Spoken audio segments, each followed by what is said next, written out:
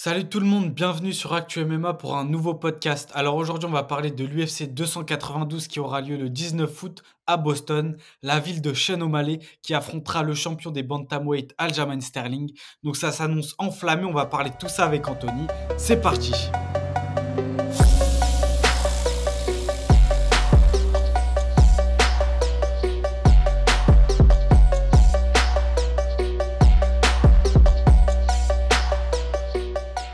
Donc Sean O'Malley, on le rappelle, qui est quand même la star en herbe de l'UFC. Dana White et l'organisation n'ont pas manqué d'un peu le pousser, voilà, pour atteindre le top de la division. Ça, c'était assez laborieux. Après, il a battu Petrian, le numéro un à l'époque. Donc, il s'est hissé au sommet. Là, il a décroché le combat pour le titre, pardon, face à Sterling. Mais Anthony, éclaire-nous. Est-ce que Sean O'Malley a une chance face au champion en réalité? Ah, t'as failli faire un petit lapsus, mais un petit spoil en Lapsus. fait. Exactement. Un petit spoil, bah, c'est ce que Dana White veut et tu l'as très très très bien dit, que ils l'ont clairement poussé jusqu'au titre à partir du moment où ils ont vu que ses performances du tough faisaient énormément de vues. Ouais, ils se sont dit, eh, tu vois, ce petit, on va le façonner, on va le monter. Ah, il a eu une seule défaite et encore, il s'est blessé contre Marlon Vera et même lui se revendique invaincu. C'est ça que Mmh. C'est vrai. c'est ça que je trouve fou. Sur son Twitter, il y a marqué 17-0 combattant invaincu alors qu'il est à 16-1. Mais Il est bref, dans en le tout cas, déni. voilà, exactement, il est dans le déni. Mais en soi, il n'a pas volé son statut de numéro 1, de numéro 2, de challenger, au moins challenger numéro 2 pour le titre Bantamweight. Il a quand même battu Petr Yan, bien que le combat soit extrêmement serré. Il a quand même une grosse carte à jouer contre Aljamain Sterling, enfin contre le champion, qui lui, par contre, a complètement. Ouais, je pense qu'on peut dire ça, qu'il a roulé sur la catégorie. Il a 9 victoires d'affilée, c'est son 18e combat à l'UFC. Donc là, rien que juste ça, ça doit parler. Il a 23-3 quand même, Sterling. C'est quand même quelqu'un. Et là où je pense où il a sa carte à jouer, c'est au niveau du match-up. C'est un très très beau match-up l'un pour l'autre. Un Sean O'Malley très très fort debout qui va utiliser sa grande taille et son allonge. Il fait quand même 1m80 pour 1m83 d'allonge. Sterling, il a 1m80 d'allonge certes, mais il fait le 1m70. Voilà, Mmh. pour dire à peu près l'équivalent, Sean O'Malley a peut-être le dessus niveau physiquement et techniquement au niveau debout, mais Sterling a sa carte à jouer au moins au sol, et je pense que tu seras d'accord avec moi sur ces dires-là.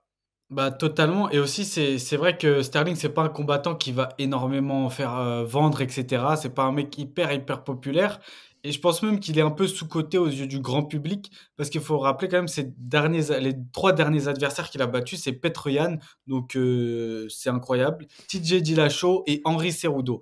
Donc déjà les trois noms sont incroyables pour ces 3 premières défenses de titre parce que le premier combat qui gagne par disqualification face à Petr Yan, c'est là qu'il prend le titre. Et derrière, 3 défenses de titre qui sont quand même, c'est du haut standing, tu vois. Donc, ne pas sous-estimer. On a vu Sterling, il a vu au fur et à mesure que vraiment, il avait vraiment le dessus dans le compartiment de la lutte, du grappling, etc. Et là, il s'en sert à merveille à chaque fois. Il arrive à imposer son jeu grâce à ses compétences dans ce domaine et ça marche toujours.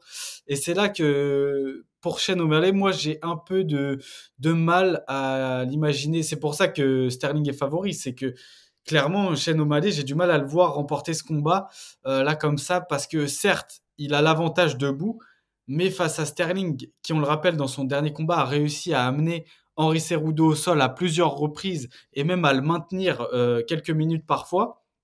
On se dit on rappelle Henri Cejudo, champion olympique, c'est compliqué. À mon avis, Sean O'Malley va avoir du mal à résister à la lutte et au grappling de Sterling, même s'il a montré de belles choses face à Petr Yan. Là, c'est un tout autre niveau, donc ça s'annonce quand même compliqué, même si, bien sûr, il a des cartes à jouer debout, vu que c'est sûrement le meilleur striker de la division. Donc voilà, toi, je sais pas ce que tu en penses. Est-ce que tu vois un chemin pour la victoire pour O'Malley? Ouais, ouais, bah, je pense que le seul chemin de la victoire, c'est le chaos. Je vois pas Sean O'Malley gagner à la décision contre Aljamain Sterling, parce qu'on est bien d'accord, ça serait vraiment enfin, un miracle, peut-être pas, mais que Sean O'Malley soumette Sterling alors que O'Malley il a une seule soumission dans sa carrière, bon, ça m'étonnerait.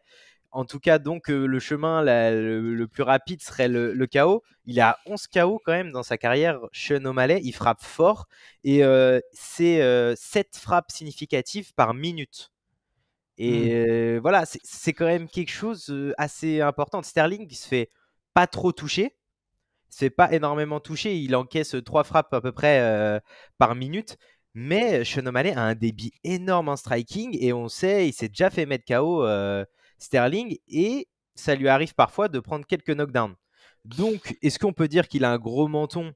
Je ne sais pas, parce que dans Hmm. ces catégories-là, les combattants font souvent l'ascenseur. Mais en tout cas, je vois bien Sean O'Malley avec sa précision et le fait de toucher plusieurs fois, c'est un 5 rounds, avec la fatigue, pourquoi pas un KO qui amène un TKO. Bah, c'est là que je te rejoins. Moi, si je vois peut-être une potentielle victoire, ce serait pas un KO one punch parce que O'Malley, c'est pas vraiment son style. En fait, il a pas cette force-là.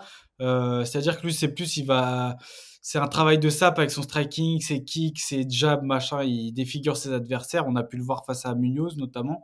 Donc voilà, c'est pas son style de mettre des gros KO, mais il est capable, comme tu le dis, de vraiment fatiguer Sterling avec son striking et pourquoi pas d'arriver à un TKO au fil du combat. Mais est-ce qu'il va réussir à éviter la lutte de son adversaire? Moi, c'est là que j'ai des grosses inquiétudes pour lui.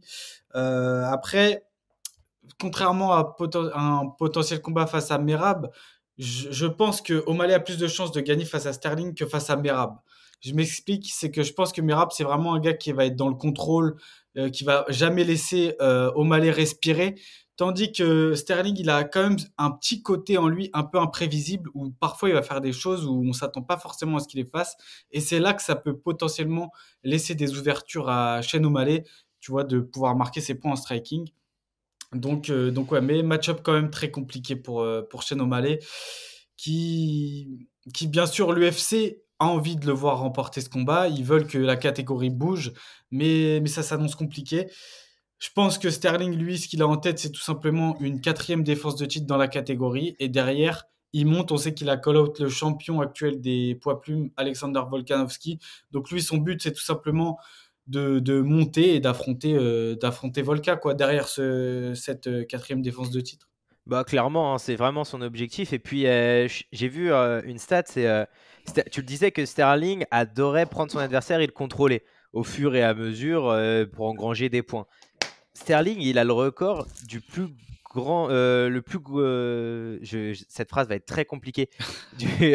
C'est celui qui contrôle le plus longtemps ses adversaires au sol, Ouais, tout cumulé. Bon, c'est pas une vraie ok. phrase française, mais bon, t'as compris. Oui, oui, Il a oui. contrôlé ses adversaires cumulés 1h08 pour 18 combats à l'UFC. Il a contrôlé ses adversaires pendant 1h08. Je Putain, trouve ça énorme. effectivement. Je trouve ça vraiment énorme. Et c'est là où on se dit que pour avoir Sterling, il a un temps moyen de. Il fait souvent des décisions. Il a un temps moyen de 13 minutes à l'UFC pendant un combat. Donc, t'imagines tenir pendant 1h08 ses adversaires, et il en a eu des mecs, hein, tu les as cités, hein. Petr Yan, Cerudo, Dillashaw, il a eu Sandhagen et tout. Genre vraiment, c'est des mecs, tu les contrôles pas aussi facilement que ça.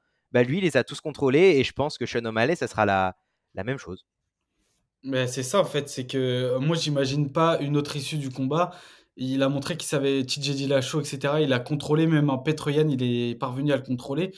Donc O'Malley, ce qui est mieux, par exemple, si on compare avec son dernier combat face à Henry Cerudo, c'est qu'O'Malley il va être plus évasif et potentiellement ça va être plus dur de l'attraper, de mettre son grip dessus. Mais sur 5 rounds, je pense que Sterling a l'intelligence de combat et la capacité de finir par l'attraper. Et c'est là qu'on aura des réponses. Mais j'ai du mal à voir une autre issue que O'Malley qui subit au sol et qui, je dis pas qu'il va se faire soumettre ou autre, mais je pense que tout simplement Sterling va marquer ses points là-dessus. Et c'est aussi pour ça qu'il est un peu mal aimé entre guillemets du grand public. C'est qu'il fait pas des combats spectaculaires.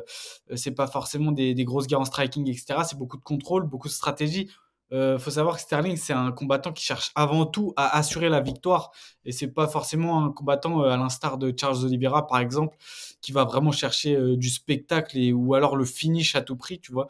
Donc c'est là que j'ai du mal à me dire que O'Malley va pouvoir trouver ses ouvertures. Mais en tout cas, c'est déjà ouf que O'Malley se soit hissé jusqu'ici dans la catégorie, même si on l'a dit en intro, Dana White et l'UFC ont quand même poussé Sean O'Malley, qui est quand même une grosse star. Et la preuve, l'événement, donc main event, combat pour le titre, l'événement se fait à Boston, la ville de Sean O'Malley. Donc clairement, c'est pas anodin. Et ça montre aussi que l'UFC savent très bien que Sean O'Malley, c'est une véritable star en herbe. Pour moi, c'est pas encore une superstar, mais voilà, s'il devient champion, ça va faire parler. Et ça fera bouger aussi la catégorie. Je pense qu'il y a beaucoup de fans qui ont envie de voir ça. Non, mais tout simplement, c'est ce que l'UFC veut, c'est ce que Sean O'Malley veut, c'est ce que Dana White veut. En fait, c'est relancer tout complètement cette catégorie qui commence un peu à stagner. À partir du moment où il y a un champion qui domine réellement, ça stagne un peu trop. Donc, ils veulent soit le faire monter, soit ils poussent quelques personnes pour le faire tomber, en fait. Et là, ils espèrent vraiment que Sean O'Malley va le faire tomber. Parce que Merab, il ira jamais affronter Sterling, c'est son pote, donc il ira pas le chercher. Donc, de toute façon, il l'a dit, Sterling, qui gagne ou qui perde, il monte. Donc la catégorie va bouger. Mais ça serait toujours mieux qu'il y ait un champion légitime et pas un champion qui laisse sa ceinture vacante ou qu'il aille chercher le double champ. Ça serait toujours mieux pour l'UFC et toujours mieux pour Sean O'Malley parce que Exactement. s'il devient champion, là, on peut commencer à vraiment créer, enfin l'UFC peut commencer à créer une vraie superstar et une vraie grosse, encore plus grosse hype autour de Sean O'Malley. Et je pense que les petites catégories comme ça, que ce soit les flyweight, bantamweight, ils ont besoin de ça. C'est ça, et puis ils ont fait en réalité un petit raccourci quand même pour O'Malley pour le mettre au sommet. Il y a eu ce combat très controversé face à Petrian, mais en réalité, O'Malley, il a pas non plus, démérité. Il a fait un énorme combat face à Petrian qui est, l'un des meilleurs, de la catégorie, qui était terrifiant même à l'époque.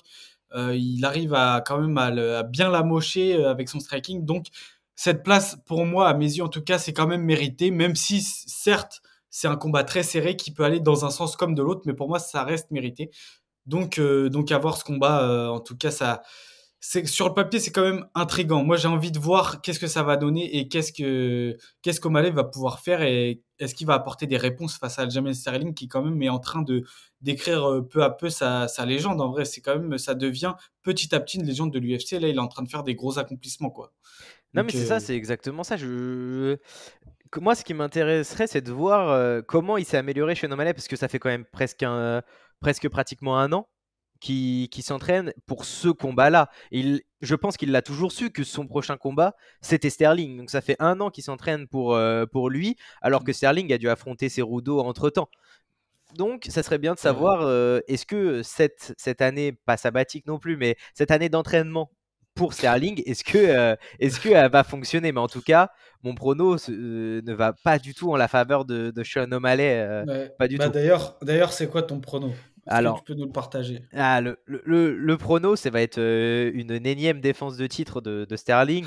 Et à la décision, encore, il va faire ses 5 rounds. Je pense que O'Malley va pouvoir le toucher. Mais au final, comme tu l'as dit, tu l'as très bien dit, il va l'attraper, il va le contrôler, il va engranger les points. Et les juges pourront juste lui donner la victoire, c'est tout. Mmh.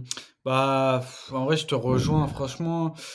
Je pense aussi qu'il va tout simplement remporter le combat par décision unanime, qu'il va marquer ses points avec sa lutte, son contrôle, un peu de ground and pound par-ci par-là. On sait que c'est pas non plus, un combattant qui cherche, exclusivement à finir ses adversaires, à les soumettre. Lui, c'est vraiment la victoire qui l'intéresse et je pense qu'il va pas prendre de risques et voilà, c'est pour ça que décision unanime, je te rejoins.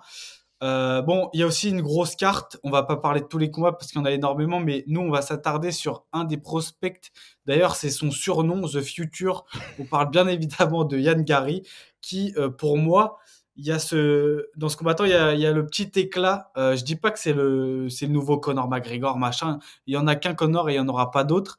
Mais il a quand même ce petit éclat quand on le voit dans la cage. Il fait des trucs incroyables. Il a un truc vraiment spécial et j'ai hâte de le voir combattre parce que là, il va affronter Goff Neal, qui est huitième, il me semble. Ouais, Arrête-moi c'est si ça. je me trompe. Non, non, Donc il est huitième. complètement huitième. Donc, donc là, il a déjà eu un gros test face à Rodriguez la dernière fois qu'il a combattu à l'UFC 285. Là, il a encore un step au-dessus et on va voir vraiment est-ce que c'est le futur. Ouais, non, mais moi, j'aimerais parler d'abord de Goff Neal parce que l'UFC sont vraiment méchants. Ils sont vraiment méchants avec lui. Combat d'avant, il prend Shavkat Rakhmonov. Là, il prend Yann Gary. En fait, il prend tous les prospects. C'est devenu un peu le gatekeeper du top 10. En fait, en fait, je pense que l'UFC est complètement sait que il ira pas chercher plus loin que la huitième place. Et donc, tous les prospects en welter, il lui donne. Et c'est vraiment dommage parce qu'il fait une vraie guerre contre Shafkat. Il le touche énormément de fois, mais il se fait soumettre. Enfin, il se fait soumettre. Elle est terrifiante, cette soumission Ouais. debout là. Et là, il lui donne Yann Gary qui est complètement l'opposé de Shafkat. C'est vraiment pas un mec qui va à la soumission. Il a 12-0, il a une seule soumission de sa carrière, mais il a 7 KO. Non, un dernier TKO qu'il avait prédit. C'est pour ça qu'il faisait un peu la comparaison avec Conor McGregor. Il est irlandais, il est un peu fou, et il prédit les KO. Il avait prédit comment il mettrait KO Daniel Rodriguez. Et là, il avait aussi fait une prédiction en disant que, enfin, il n'a pas fait une vraie prédiction, il a dit que il terminera le combat. Quoi qu'il arrive, le combat n'ira pas à la décision, et je pense que je le crois, que ce soit d'un côté comme de l'autre, hein, parce qu'il prend quand même 6 frappes significatives par minute. Enfin, il met 6 frappes significatives par minute et il en encaisse 4. Donc c'est quand même, il met quand même beaucoup de coups, mais il en encaisse pas mal. Donc c'est C'est vrai. là où je me dis que ça peut aller dans les deux sens, mais je te rejoins quand on dit que Yann Gary il est le futur avec avec un peu, ils ont été intelligents. L'UFC ils l'ont fait monter tranquillement. Ils n'ont pas été trop rapides. Ils lui ont donné des adversaires assez abordables pour lui. Goff Neal, je pense qu'il est abordable pour lui aussi, mais à voir comment il va gérer cette pression autour de lui parce que ça commence à faire parler un peu. Bah ouais, clairement, ça fait parler. Juste, je reviens sur ce que j'ai dit avant. Daniel Rodriguez, c'était pas l'UFC 285, c'était Rozenstruik contre Almeida. Voilà. Ok. Donc, oui, c'est clair que ça commence à faire parler. Et c'est compréhensible. Déjà, l'UFC, comme tu le dis, fait très bien monter Yann Gary. Il mise beaucoup sur lui parce que forcément, irlandais, proche de Conor McGregor, style vraiment spectaculaire. Bah, comme tu le dis, déjà, c'est impressionnant. Tu vois que c'est un mec très technique, puissant. Il est grand pour la catégorie, il fait mal, il tape fort.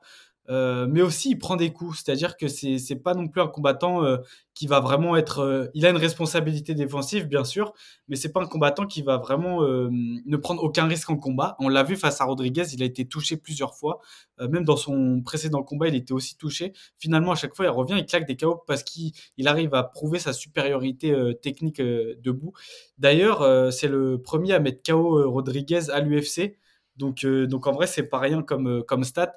Et là, c'est vrai que face à Goffnil, vu ce qu'on a vu, comme tu l'as dit, avec Shavkat Rakhmonov, grosse guerre, une guerre de ouf. On a vu Goffnil, c'est vraiment un sérieux client.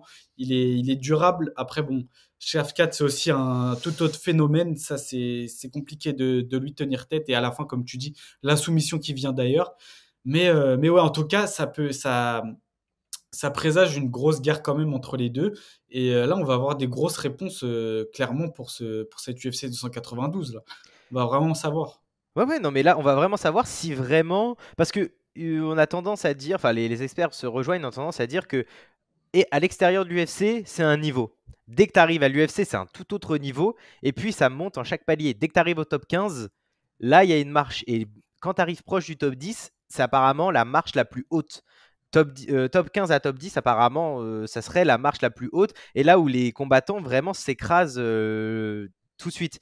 Et là, c'est là la réponse qu'on aura, c'est est-ce que Yann Gary pourra aller au-dessus de cette 14e place qui est la sienne pour l'instant. Surtout que ça fait pas mal de temps. Là, je crois qu'il a changé de gym, mais il s'est entraîné pas mal de fois au Kill Cliff, donc avec Ousmane, Burns et un peu Rakhmonov. Et s'il veut monter, bah, il peut pas continuer dans cette catégorie-là. Enfin, il peut pas continuer dans ce gym-là, donc c'est pour ça qu'il a changé.